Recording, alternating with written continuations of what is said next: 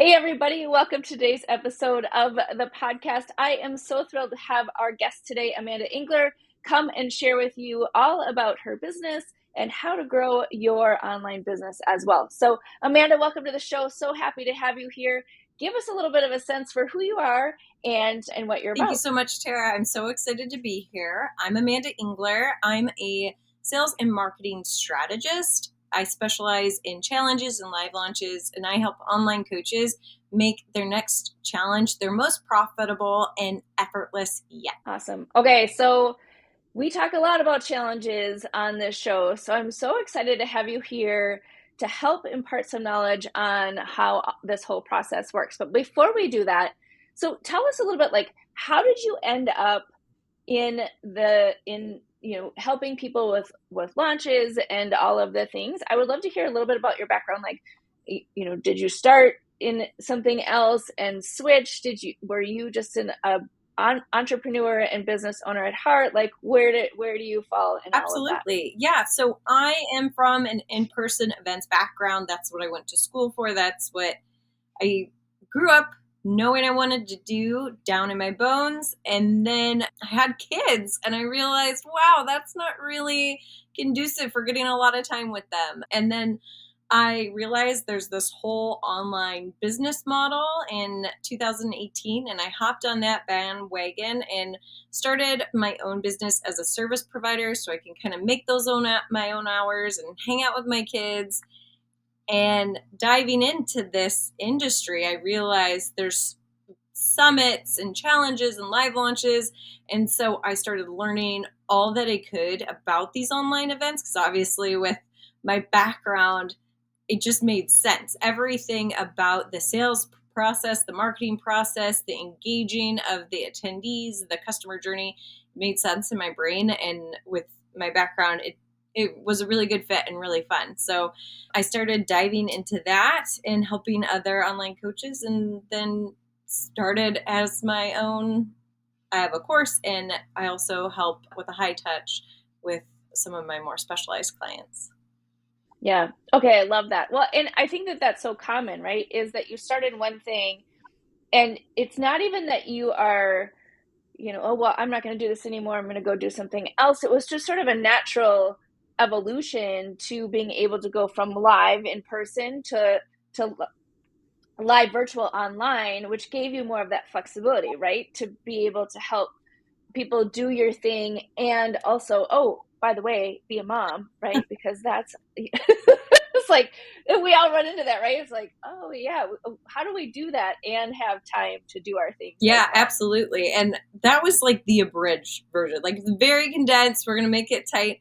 But along the way, like I started out just as a general VA because I was like, I need to turn my brain off. I just need something super simple while I figure out, to your point, what that looks like to be running a business from home and caring more for my family. Like, what is this? And that, from being a general VA and working with so many different coaches across so many different industries and niches, that's how I kind of fell into this and just started picking up the breadcrumbs. Yep, yep. Well, and again, that's so common, right? Is that we sort of, decide to do something and then it starts to gel and move forward. So how did you go from being a service provider and helping other people to being able to launch, like a course, for example? You said you had a course, so you have a packaged version of what you do. How did that happen? That you were able to go from like just helping people to being able to package what you have done so people can consume it in a Yeah, different way. absolutely. So going through that process, really working with my clients, I had to create a process that I took my clients through. And Mhm. from that process, then I created this framework that I could package and sell in this course for someone who's not maybe able to invest in the hands-on high touch with me one-on-one.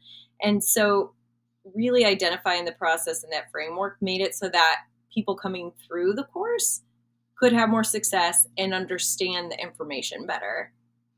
So do you find that the audience is a little bit different, or is it the same audience and they just want to consume what you are doing for your high ticket, high touch clients in the same in the It's same way? usually people who are coming into the course haven't created a challenge as of yet. They've seen them, they have a general idea. They Okay. just want to make sure they're going to set this up right.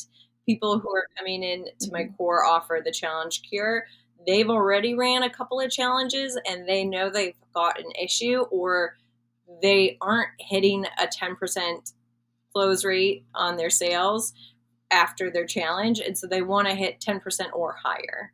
And that's what I help them do. Hmm. That's awesome. So how many people do you think go through your course, and then once they built the challenge, then they're ready to actually, kind of diagnose what's going on and take it to the next level? Do you find that like you have that continuity happening? I would say it's about a 50-50 split, right? Because I like to think I designed it well enough that they have pretty great close rates. However, what I find actually happening is that their marketing and messaging and their offer aren't in alignment, so that when they plug in their challenge, they're losing people along the way in that customer journey. Mm-hmm. Mm-hmm. Mm-hmm. Yeah. Interesting. Okay, cool. All right. So that's like how you've taken your business and turned it into something that's scalable for you, right? So you kind of went from general to, okay, now I'm more specific, and then, really tying in your love of events into challenges. So to me that's so exciting, because a lot of times people don't find that, right? They think that they have to do something, but it's just not aligning what their passion is in terms of how they're moving. So it sounds like you have been able to incorporate that, which is super exciting to just to hear. And for anyone listening, like, you can marry the two things together and make a business out of it. So like, just know that, like, be comfortable with that, but then you're able to package your framework and offer it to people in a different way, which again is another dimension that allows you to have that flexibility where you have that asset, and you have the ability to help people kind of at a different level. And one of the things about that you probably find is the people that you're helping in person, the higher touch people that you're working with, it's really hard to see what their challenges are for them because they're too close to it. So having you come in helps just have a different lens look at their business. So you find that probably all the time, right? When sometimes it's almost obvious to you, but it's just like they're just too close to it, so they can't see it anymore. Can you talk a little bit about what that Yeah, looks like? absolutely. And I think I remember I was working with a copywriting client and she had this great saying for all of the students in her copywriting membership was, you can't read the label from inside the jar. And I couldn't agree Mhm. more with just your business. That's why it's so important to have mentors and coaches and other feedback that you run through a filter and say, okay, like, is this really applicable? What can I take from this information and apply and really start to move my business forward? And within the Mhm. challenge arena, I think what like people really get stuck in is, how much information do I share? Am I sharing too much Mhm. information and they're getting what they need and then not buying my offer? Or there's this big fear and this stigma around being an online coach and not providing enough information. So then you feel like it was a bait and switch or a pitch, and then you're going to be labeled as like a swindler or something negative. And so really finding that sweet spot of where you feel good about the information you're providing. And again, you're getting people to enroll in your course or program at the end. So talk a little bit about that specifically in terms of, what's your advice to someone who's putting together a challenge and worried about those particular things? Like, do you have some suggestions or tips and tricks for people in terms of, how much do you share? What kind of things do you share? Yeah, That kind of thing. absolutely. So inside my framework, it's a 3 point system. It's, you want your ideal clients, you want ideal clients signing up for your challenge. And not only do you want them signing up, the second phase, right, is you want them to actually show up live to the challenge, because we know, like, speaking from the data, like, they're more likely to buy. And then course, if they're showing up, that third phase is like they're staying to buy. So they're signing up, they're showing up, and they're staying and buying.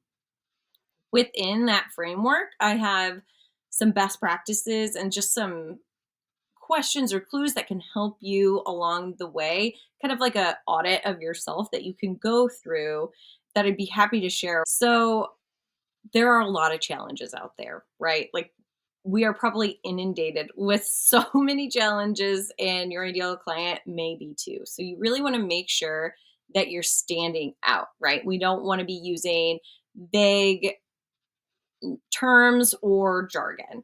So a couple of questions to ask yourself to make sure that the way that you've named your challenge is something that your ideal client can raise their hand and say, yes, that is for me. That is what I need. So they can sign up for your challenge. Because that's the first thing. We have like a 3-second attention span right now. So the name. Mhm. Less than a goldfish, people, it's a problem. Exactly, exactly. So it's so crucial to nail the name of your challenge. So, one, can your ideal clients quickly identify the result they will receive by signing up for your challenge? Two, does the challenge itself, the name, what you do, challenge the status quo and pique curiosity? Like, wow, I wonder how she does that. That's like so opposite of what all the other gurus are saying in your niche and industry. And then three, is the result something that they want, or is it speaking to something they need? I see that quite a bit where it's like they actually need this, but you have to give them what they want and then give them what they need, right? Yep. Just like little kids, right? You they they want the cookie, but if you can like hide some vegetables in there, like you're good. That's what they need. Absolutely. That's one of my favorite tricks with my kids too. Is like they don't need to know it's in there. If you package it correctly, they're going to be getting what they need and what they want. And so that's super important. And then in terms of getting them to show up, right? What I found is that a lot of a lot of entrepreneurs will fall into one of two categories, right? They are a creative brain or they're like a logical brain. And so you really have to combine the three to ensure that people are going to show up and come. And what I'm talking about is the content and the how, right? Like how much value are you giving? And this is where we thread that needle, right? If you're more of the logical, you're going to be like really focused on the information and XYZ, and you're not going to be like super passionate or super excited. It's going to be more of a tutorial.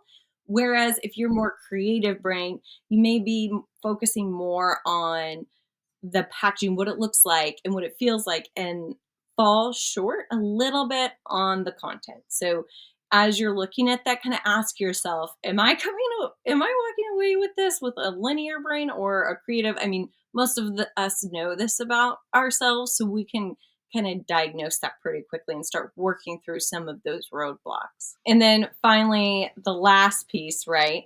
Getting people to stay and buy. To find out what may be sabotaging you from getting a higher close rate, here are like three super simple questions to ask yourself. And a lot of it has to do with timing, right? One, are your attendees leaving as soon as you start talking about your offer? Are you talking about it at the very end? Are you talking about it at the beginning, in the middle? Like, when are you talking about it? Is it out of the blue? Like, really look at that. And then two, does your framework feed into the tools inside of your offer?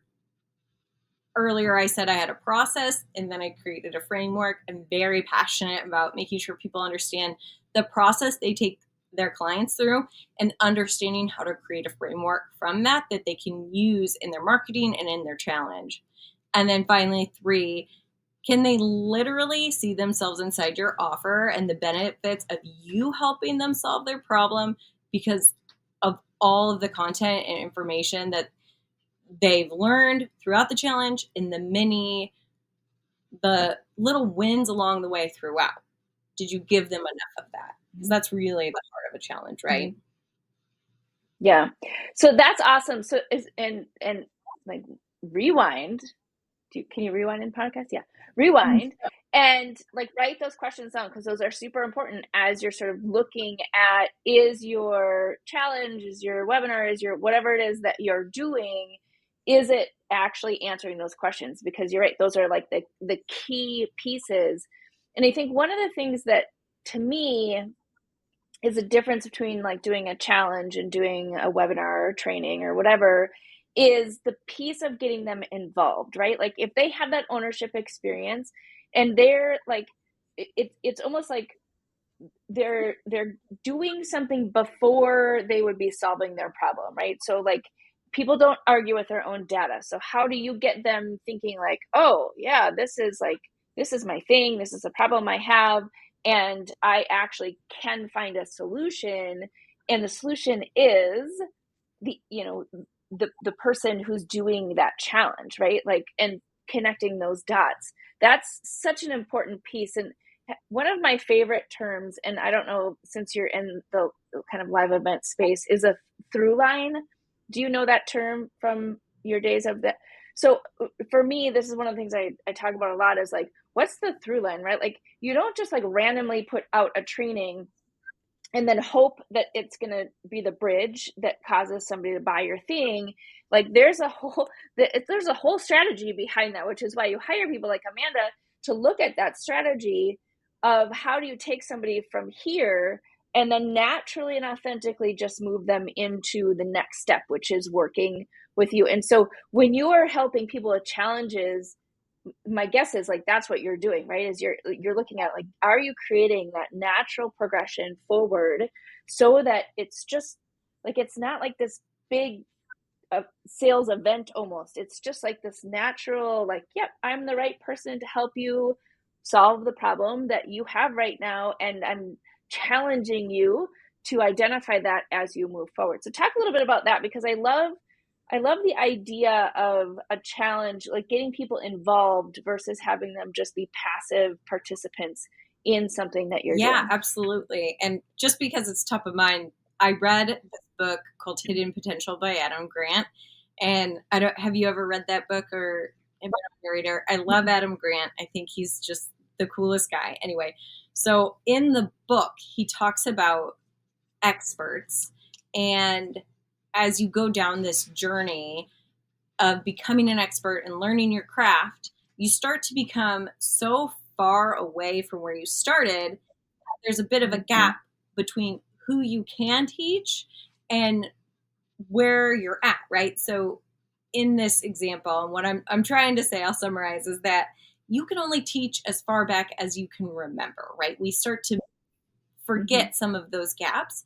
And I think as we create our courses and we get better at whatever it is that we specialize in, we can miss that gap. And again, going back to that, if you're in the jar, you can't read the label, you might be Mm-hmm. forgetting some of those initial questions or that through line that they may need to get them ready to buy your course or your program. Does that make Mm-hmm. sense?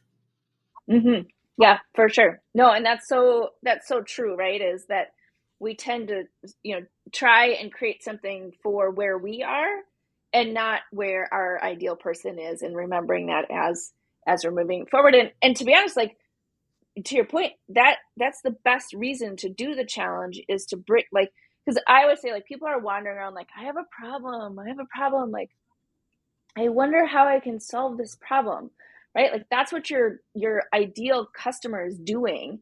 And then you're just helping them be able to make a proper buying decision by preparing them for solving that problem.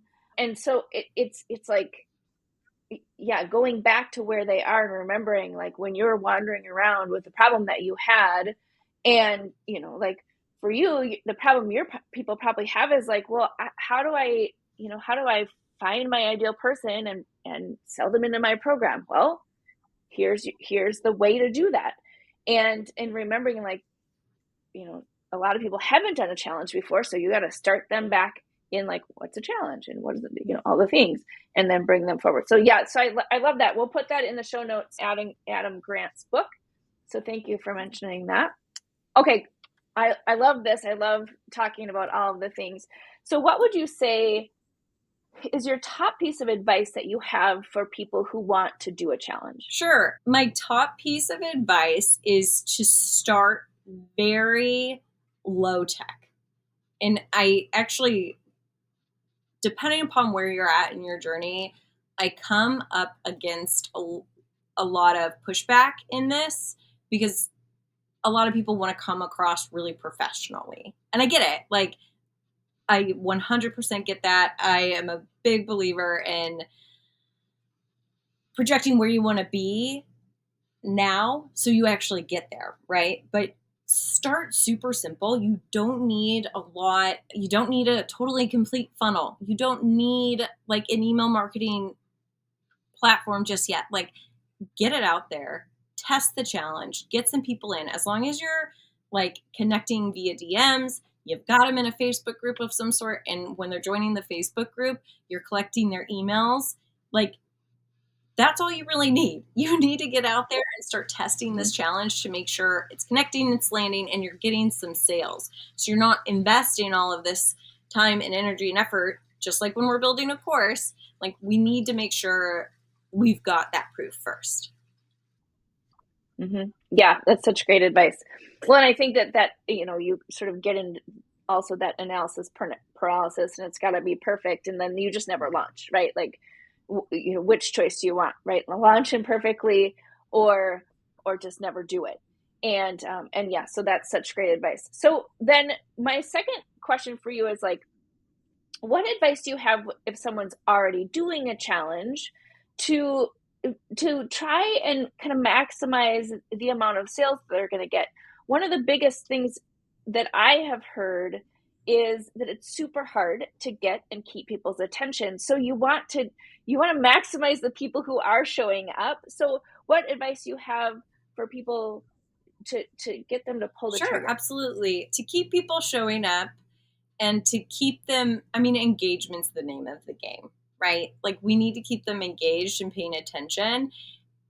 And that comes back down again to the content. A lot of people will go back to prizes and be like, if I invest a lot in like prizes, or if I give so much away and I'll give gift cards and I'll give a lot of my other like digital products away, that even outside of the challenge world has, like, in just corporate America, has been proven to only work short term. So those aren't actually like anything that's going to help people, remind them to show up and be engaged and participate. It's looking at the content, and it's you also being your most authentic self. So that way they can identify with you, your journey, and the information you're sharing.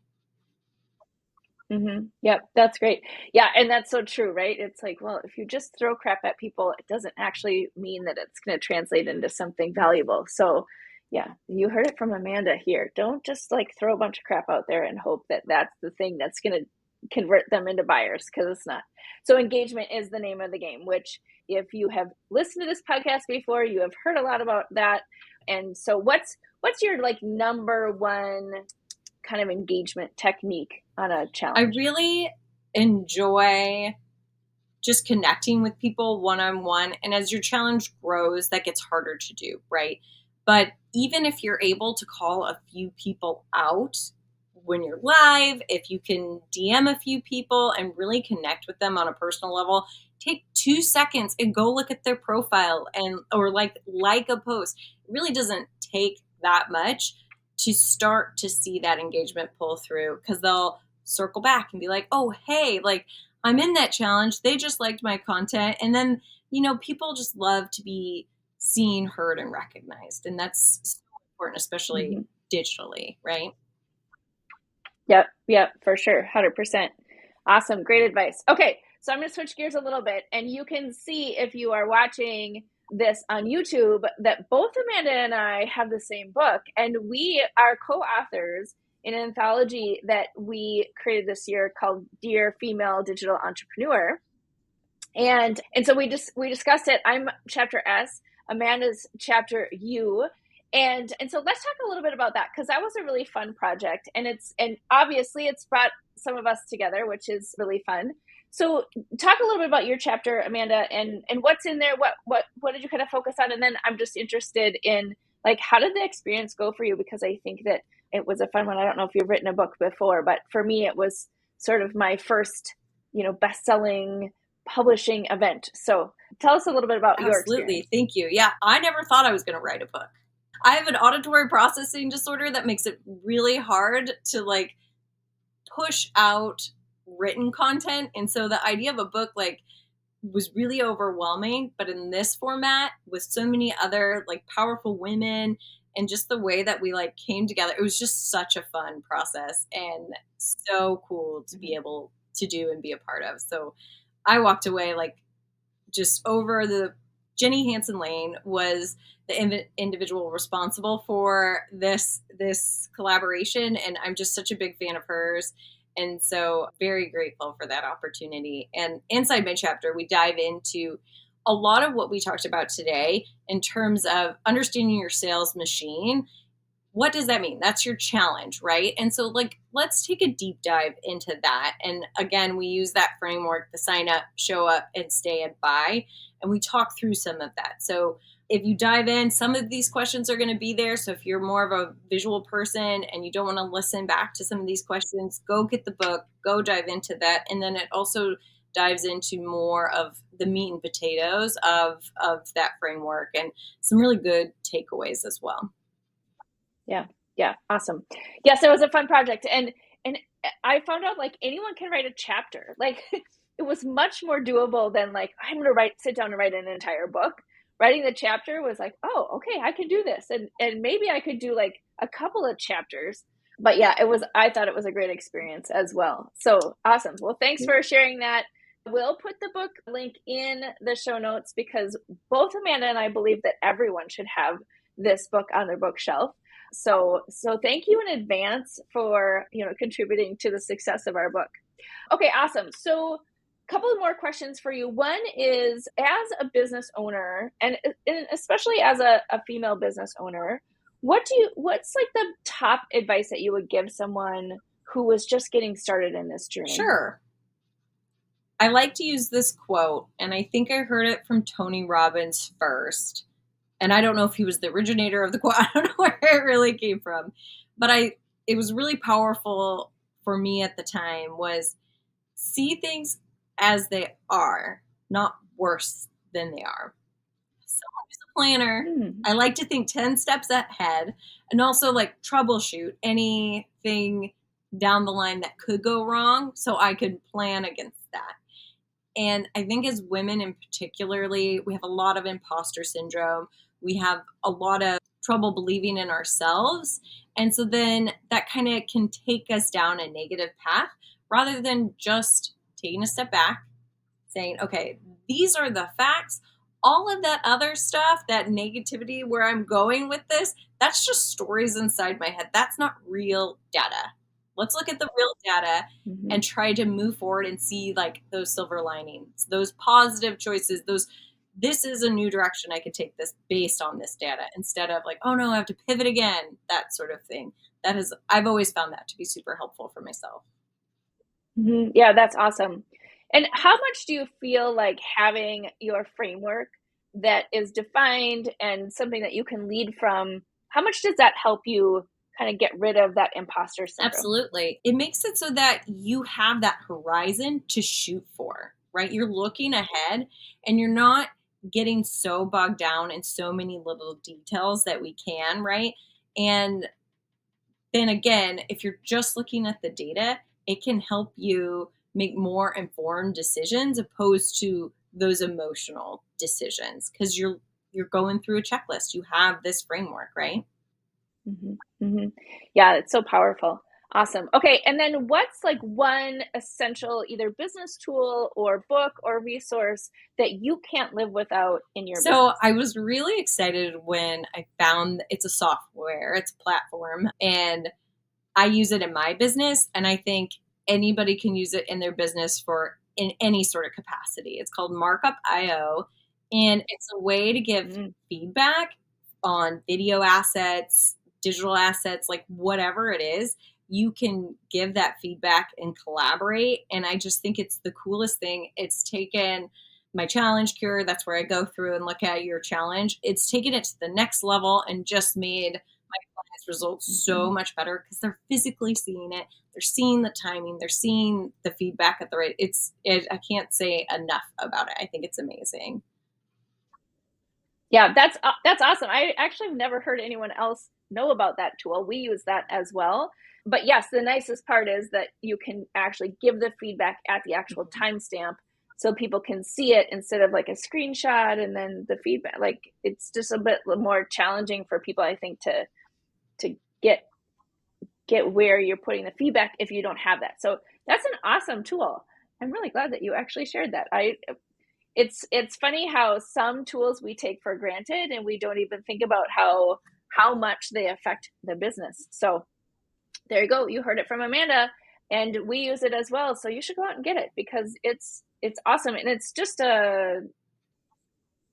not very expensive to have a monthly subscription. It's just what, $10 or something And like that a it's month. free to a certain point. So if you just keep Okay. your upload limit, or like I think there's some features that get taken away, like folders and whatnot, or get added. So it's free to a point. So you could use it, test it out, see if you like it. And I found their customer service support to be amazing. And I really believe in the product and the company. I should become an affiliate or Yeah. something. Yeah. Right? Wait. Hey, yeah, we gotta go do that. No, but no. So thank you for sharing that tool. You're actually the first person to share that, which I love. I love. I always ask this question. I always get amazing answers. So I appreciate that so much. Okay, so last question is a personal question, and so I'm excited because we're getting a sense of who you are from a business perspective and kind of your journey through what you have done. But you have some pretty cool stories that are just about you personally. So tell me about like a crazy thing that you have done in the past to share a little bit more about who you Sure. are. So my husband and I actually got married on a water propelled jetpack, which is kind of wild to think about. And actually, my husband and I were talking. We don't usually like tell a lot of people anymore. We've celebrated our 12-year anniversary this year. So it's not like it's the first thing you tell people when you meet them. So some of our neighbors, we've been neighbors for like 2 years, and they're like, "We didn't know this about you. How come you didn't tell us?" And I'm like, "Oh well, it's not like what you lead with." Well, it's just a normal thing. So yeah, that was a pretty wild experience. It wasn't like we sought it out, it found us. We were engaged in Cancun, Mexico. We had this company, we had worked with this company previously. They're now defunct, but we had worked with them in our previous careers, and we wanted more of their shirts because they were really soft shirts. And my husband was wearing their shirt, and when he proposed, we had some photos, so we were going to send it in to try to get some more shirts. And they came back with this crazy idea of getting us hitched by these water propelled jetpacks. And it, like, we took the plunge, we dove in and did it, and it was amazing. So were you both on your own jetpacks? Yeah, so if you Google jetpack wedding, you can find pictures of our wedding days and interview. I don't love, I'd never been interviewed before that point. So they prepped us. They did a lot of PR stuff, but I was really unprepared. So it's kind of cringy to hear what I said. But we were on two separate jetpacks. We flew out. That was like us walking down the aisle. We landed on a beach. It was in Newport Beach in California. And then we said our vows on the beach. And then we flew out and we did this big heart formation and came back in. And when they had like a drone, I'm afraid of heights. So we had to like get up high. And so like if you watch the videos, you'll see my feet dragging in the water because I was too afraid. We had like an hour to practice the day before. It was like wild, but it was so fun. Okay, first, like I just think that that's so much fun. So first of all, I will tell you, I was engaged in Cozumel. So there you Oh, go. We yeah. have that in common. But I did not do a chip pack wedding. So, but I think that, and like for the audience, like we're meeting for the first time today, but I feel like that probably speaks a little bit to your personality in terms of how do you get people to engage in your events is by doing kind of fun stuff like that that's a little bit out of the box. And so that is such a fun story. So thank you for sharing that for us, and maybe we'll dig up that link and put it in the show notes. So another incentive for you all to look at the show notes after this episode. Awesome. All right. Well, Amanda, thank you so much for being on the show today. It was a pleasure to have you. Any final words of advice for my audience as you transition off? Sure. Yeah. I mean, just do it. Life is too short. Don't worry about what anybody else is going to think. Like, go out, do what's going to make you happy, and the rest will just fall into place. Amazing. All right. Thanks so much for being on the show today, Amanda. We appreciate it. And for everyone listening, have a great day.